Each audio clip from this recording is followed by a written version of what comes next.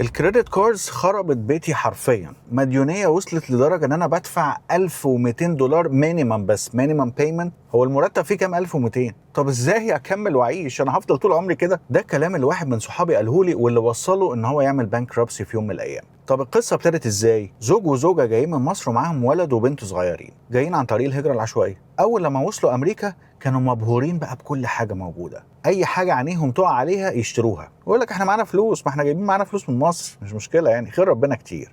ده غير بقى ان احنا هنبقى نقبض بالدولار بعد كده، والدنيا هتكبر وتوسع ونشوف العجب بقى. خلاص زمن الشقه راح. لكن يفاجئوا ان بعد شهر ولا حاجه مفيش شغل، وحتى الشغل اللي عرف الراجل يوصل له كان بارت تايم، فمش هو يعني اللي بيغطي كل مصاريفه الشهريه. وطبعا عمالين يصرفوا من الفلوس اللي جايبينها معاهم من مصر، الحاجات بقى اللي باعوها، الحاجات اللي كانوا محوشينها زمان، كله عمال يتصرف. فالراجل قال لك ايه ده انا ممكن اجي في لحظه ما اعرفش اكل العيال مثلا ولا حاجه، فراح مطلع كريدت كارد. وبرده عشان ما عندوش كنترول على الصرف اللي هو فيه، عمال يصرف ويستخدم الكريدت كارد على كل حاجه، ولما يجي يدفع المينيمم بس او زياده حاجه بسيطه عليها. ففضل الموضوع بقى شهر ورا شهر ورا شهر ورا شهر، الحاجات عماله تتراكم. ما انت في فايده، انت بتشتري بكريدت كارد وبتخش تنام، لكن الحقيقه ان الفايده بقى صاحيه مش نايمه، عماله تتراكم وعماله تزيد وعماله تكبر من المبلغ اللي عليك. وهو ما بيدفعش بس غير اقل حاجه ينفع يدفعها عشان ما يبقاش اسمه متاخر، قال يعني هو كده فتك يعني، يروح شغل احسن ويقبض مرتب اكبر، وبرضه نفس السلوك اللي عنده ده هو الصرف بدون وعي. وللاسف مراته شبهه، كل حاجه بالنسبه لها دي حاجات اساسيه،